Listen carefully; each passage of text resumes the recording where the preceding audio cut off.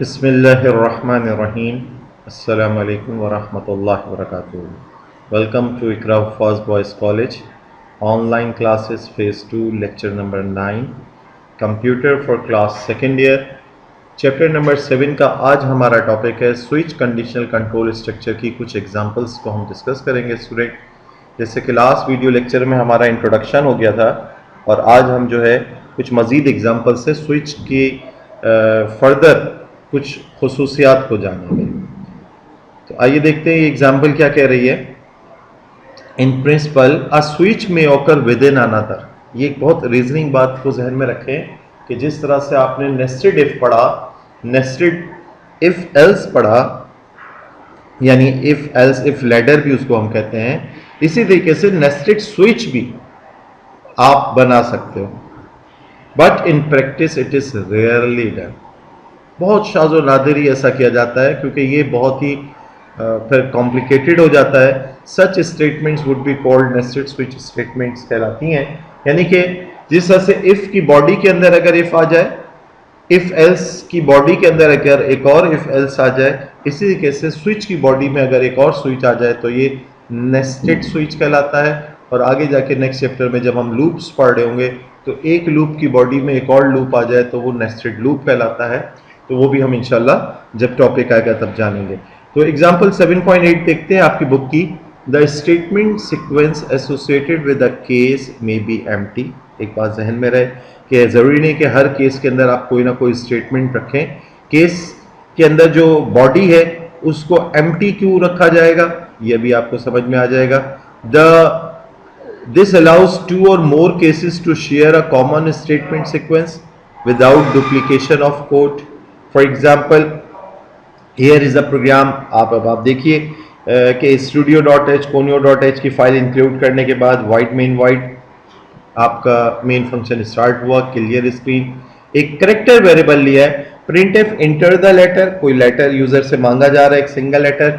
Gate चे gate character eco command की मदद से ch वेरिएबल में स्टोर कराया। स्टूडेंट आप जानते हैं गेट चे को, ये अनफॉर्मेटेड इनपुट फंक्शन है फॉर करेक्टर्स। ये स्क्रीन पे जो करेक्टर आप इनपुट करते हैं वो डिस्प्ले भी करता है।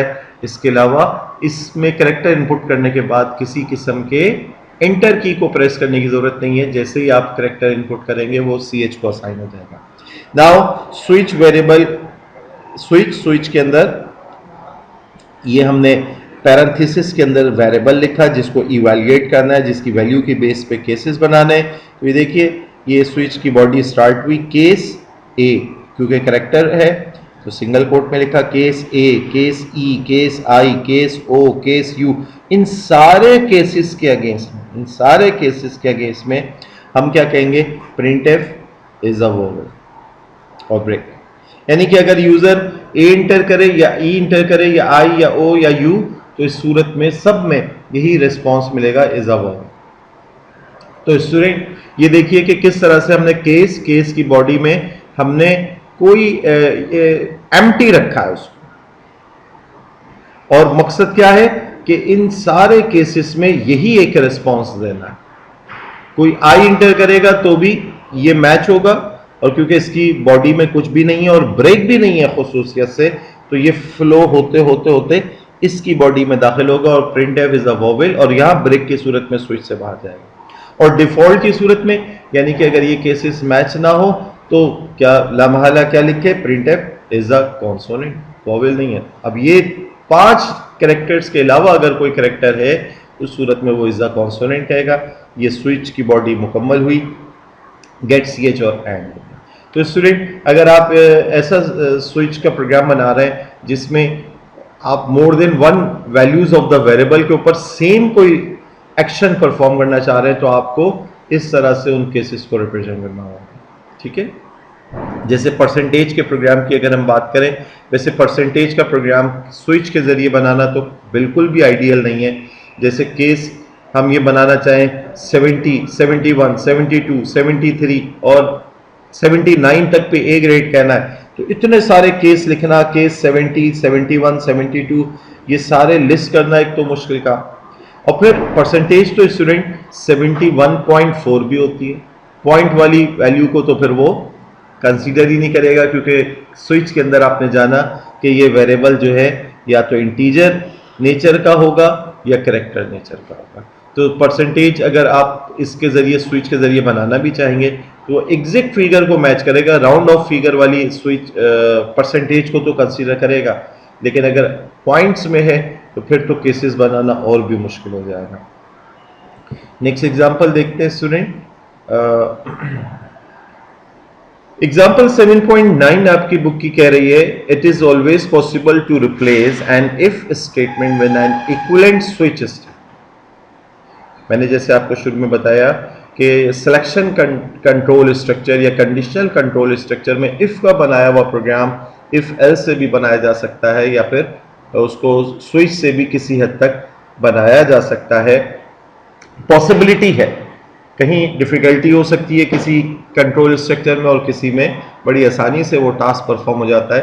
बहरहाल हम इधर क्या करने लगे, वही कैलकुलेटर वाला प्रोग्राम जो इससे पहले हम बनाते रहे उसको हम दोबारा स्विच के जरिए बनाते हैं। 7-15 की एक एग्जांपल में हमने देखा था, डिस्कस किया था।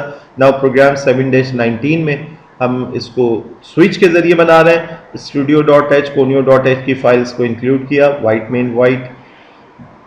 मेन फंक्शन की बॉडी स्टार्ट हुई, क्लियर स्क्रीन, इंटीजर एक वेरिएबल सी लिया है, ठीक है, और फिर उसके बाद हम फ्लोट ए एंड बी कोई दो वेरिएबल फ्लोट में ले रहे हैं, और फिर हम ये एक मेन मेन्यू इस यूजर के सामने डिस्प्ले करना चाह रहे हैं।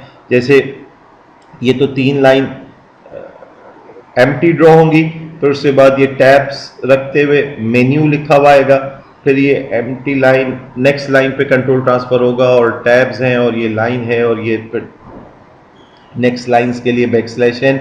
ये मेन्यू हम स्क्रीन पे डिस्प्ले कर रहे हैं, 1 डॉट लगा के स्पेस दिया ऐड, यानी कि हम ये एक तरीके से मेन्यू यूजर के सामने लाना चाह रहे हैं कि अगर वो 1 प्रेस करता है तो एडिशन होगा, और 2 प्रेस करता है तो सब्ट्रैक्शन होगा, और 3 प्रेस करता है तो मल्टीप्लाई होगा, और 4 प्रेस करता है तो डिवाइड होगा, ठीक है। तो printf बैकस्लैश n लिखा हमने इस मेन्यू के बाद, printf enter the menu option.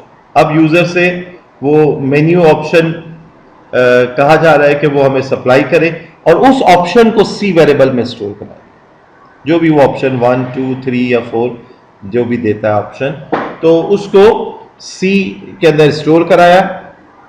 इस ऑप्शन को ले लेने के बाद हमने printf साथ ही लगे हाथों फर्स्ट नंबर भी मांग लिया और हमने सेकंड नंबर भी मांग लिया, और उसको फ्लोट वेरिएबल ए में फ्लोट फॉर्मेट में, बी वेरिएबल में फ्लोट फॉर्मेट में स्टोर करा लिया। नाउ स्विच सी, अब ये सी वो वेरिएबल है जो ऑप्शन यूजर ने एंटर किया है, और इस बेस्ड ऑन दिस ऑप्शन हमने केसेस लिख लिए, केस 1, केस 2, केस 3, केस 4, और डिफॉल्ट, यानी कि अगर वो इन 4 चॉइसेस की जगह कोई और चॉइस एंटर करता है तो उस सूरत में क्या हो। तो केस 1 की सूरत में क्योंकि एडिशन होना है तो printf %.2f a plus b की वैल्यू 0.2f में आके स्टोर हो जाए, और ब्रेक के बाद ये स्विच से बाहर निकल आएगा। और ऑप्शन 2 में क्योंकि सब्ट्रैक्शन करवाना है तो a माइनस बी की वैल्यू %.2f फॉर्मेट के साथ प्रिंट करा दी और ब्रेक। और केस 3 में क्योंकि मल्टीप्लाई कराना है तो a मल्टीप्लाई बाय b की वैल्यू %.2f फॉर्मेट में प्रिंट कराई और ब्रेक से बाहर आ गए। और केस 4 में स्टूडेंट हमें ये शर्त भी देखनी है कि अगर b नॉट इक्वल टू 0 है तो ये काम हो, सिर्फ a divided by b %.2f की सूरत में प्रिंट कराया, ब्रेक। तो डिवीजन की सूरत में स्टूडेंट हमेशा इस चीज का ख्याल रखें कि जो डेनोमिनेटर है that should not be equals to 0। अगर वो 0 होगा तो ऐसी सूरत में रन टाइम एरर आएगा और आपका प्रोग्राम जो है वो एग्जीक्यूशन एरर से गुजरेगा। डिफॉल्ट की सूरत में हमने ये पैगाम दे दिया इनवैलिड मेन्यू ऑप्शन और गेट ch, ये स्विच इधर हमारा प्रोग्राम एंड हो गया, गेट ch, और फिर उसके बाद 7.10 इसमें कह रहे हैं कि the program displays 1 of 5 messages based on the value of grade, यानी ग्रेड अगर डी हो, कैपिटल भी हो सकता है, स्मॉल डी भी हो सकता है, ई हो एफ हो कैपिटल का या स्मॉल एफ हो, the student is put on probation, और if grade is not listed in case label display an error message. तो ग्रेड के एतबार से हम मुख्तलिफ पैगाम डिस्प्ले करना चाह रहे हैं। ये प्रोग्राम 7-20 है।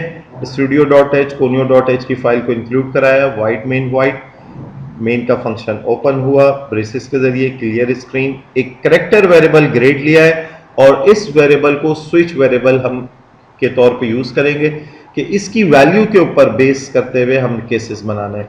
Print F inter grade of the student और उसको ग्रेड वेरिएबल में स्टोर करा लिया करेक्टर फॉर्म में।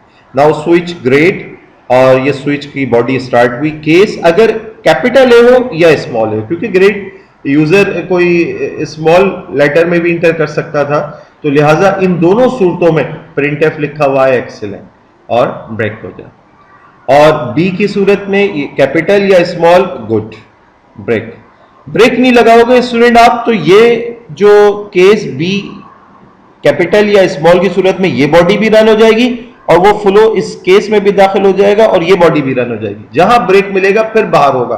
लिहाजा हर केस की बॉडी के अंदर जब आप उसकी स्टेटमेंट्स लिख लें तो ये ब्रेक लगाना, ठीक है। और इसके अंदर आप जैसे ये नजर आ रहा है 2 स्टेटमेंट है, 3 है, 4 है, 6 है, 10 है, तो आपको इधर ब्रेसेस लगाने की जरूरत नहीं होती। यही इसकी इस सिंपल सी सिचुएशन है।